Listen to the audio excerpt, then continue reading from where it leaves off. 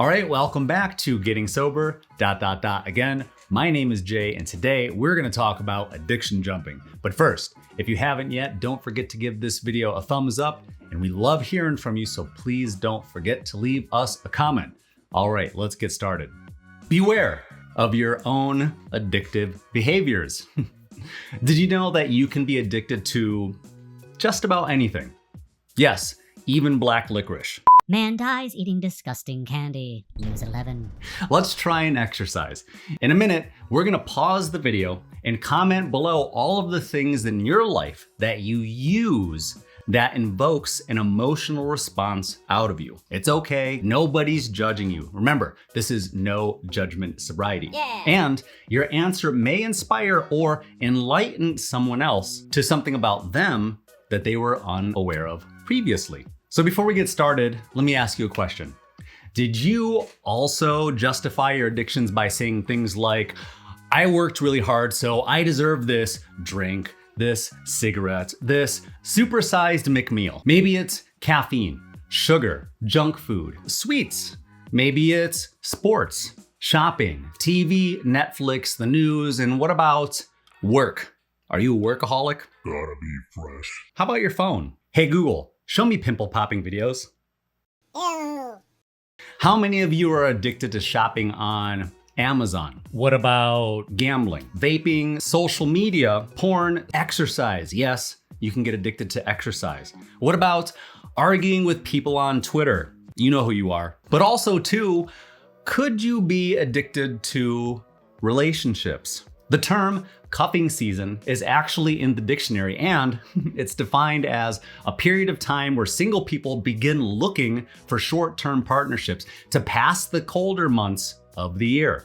Cuffing season usually begins in October and lasts until just after Valentine's Day.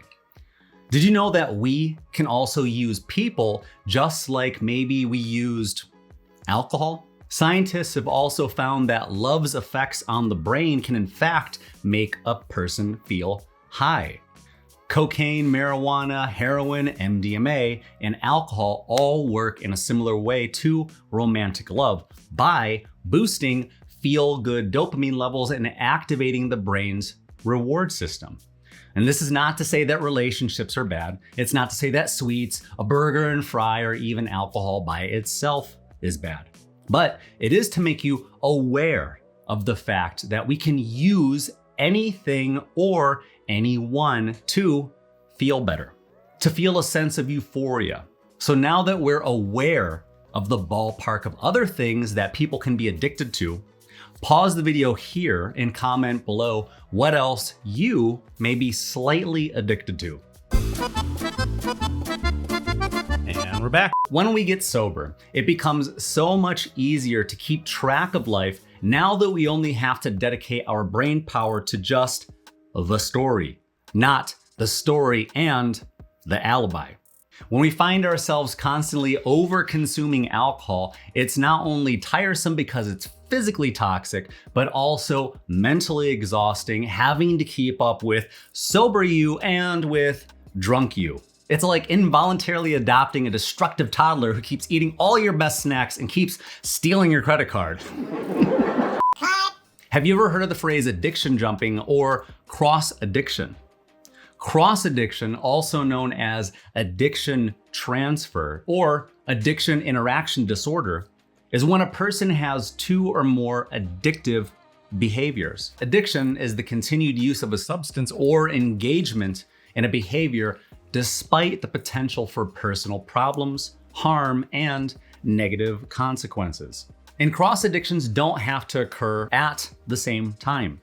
For instance, you may be in recovery for, say, alcoholism, and maybe even be sober for many years, but you can still develop an addiction to another drug or later engage in a compulsive behavior that triggers the brain dopamine reward center. Dr. Gabor Mate suggests that addiction is rooted in trauma. And according to the Betty Ford Foundation, cross addiction occurs for a variety of reasons, but often it's accidental. Now, I've heard this scenario multiple times here in our own community when someone may have, say, surgery and be prescribed an opioid painkiller like oxycodone or tramadol. And then the good feeling that they get from the drug reinforces continued use and eventually leading to increased use until it becomes an addiction. Or even worse, causing people to be hooked on a licit or legal drug from your pharmacist to then seeking out an illegal, aka illicit drugs from a street pharmacist. That's a drug dealer. And then getting hooked on something else to take the place of what they could no longer get and or afford. Lack of understanding is another reason cross addiction can occur. People may know that they're addicted to a particular substance, for example, alcohol. Then perhaps they're prescribed opioids. Since they're not addicted to this new substance, they may think that they can use it without becoming addicted. Another reason cross addiction can occur is if someone has unresolved mental health issues, otherwise known as co-occurring disorders. Write it down. Co-occurring disorders, which is also known as dual diagnosis. If you have a history of trauma, depression, or anxiety, you may start using alcohol and other drugs or start engaging in compulsive behaviors to ease your emotional discomfort. This is why we've teamed up with onlinetherapy.com to get you a 20% discount on your entire first month of services, which you can upgrade, downgrade, or cancel at any time, no questions asked. You'll get paired up with a therapist the same day, and you'll have multiple options to choose from. Over 90% of our viewers told us that they aren't currently enrolled in any kind of therapy because it's either inconvenient or unaffordable. But for less than the price of one traditional in-person therapy session, you can get 2 video meetings with a therapist of your choice and, get this, unlimited messages with your therapist at any time. Use the coupon code, which is the first link in the video description down below, and get the tools that you need to battle your struggles with anxiety, depression, and addiction in just minutes. Most often in addiction, we simply are trying to remedy some form of discomfort. Something or someone made you feel uncomfortable and you're trying to feel more comfortable. Something made you feel stressed and now you simply want to de-stress. The bigger the pain, the more relief that you're going to seek. The bigger the stress, the more you're gonna feel the need to unwind. Got it? And these are the issues that we're trying to bring to your attention here at Getting Sober Again, is to raise your awareness of the things that are currently happening to you and the things that maybe previously happened to you so that you don't have to worry about repeating the same mistakes in the future. Mistakes are only mistakes when we don't do what? Learn from them, that's right. So let me give you another example. Gaming can be used to escape reality and to avoid social situations that make you feel uncomfortable. This can lead to feelings of isolation and loneliness, but because of the compulsive nature of gaming and the dopamine rewards to the brain, the behavior continues. You might ask yourself, well, how common is cross addiction? Well, according to the National Survey on Drug Use and Health, approximately 20.1 million people aged 12 or older had a substance use disorder related to their use of alcohol or illicit drugs in the past year. Unfortunately, only 1 in 10 people receive treatment for their addictions. Many people don't seek a treatment program because they're not ready to stop or they think they could do it on their own, while others do not think they have a problem at all.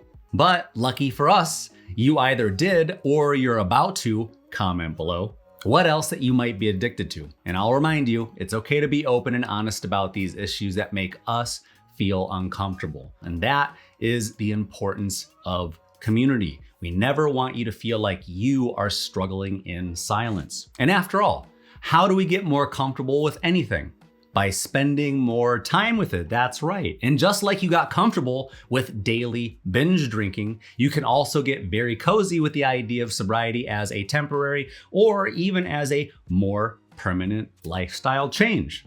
Now, I want you to do yourself a favor, bookmark this episode to your watch later folder. You or someone that you know is gonna need this episode later on down the road, I promise. And with that, I wanna wish you and your future friends good luck on your self-improvement journeys, and I will see you in the next video.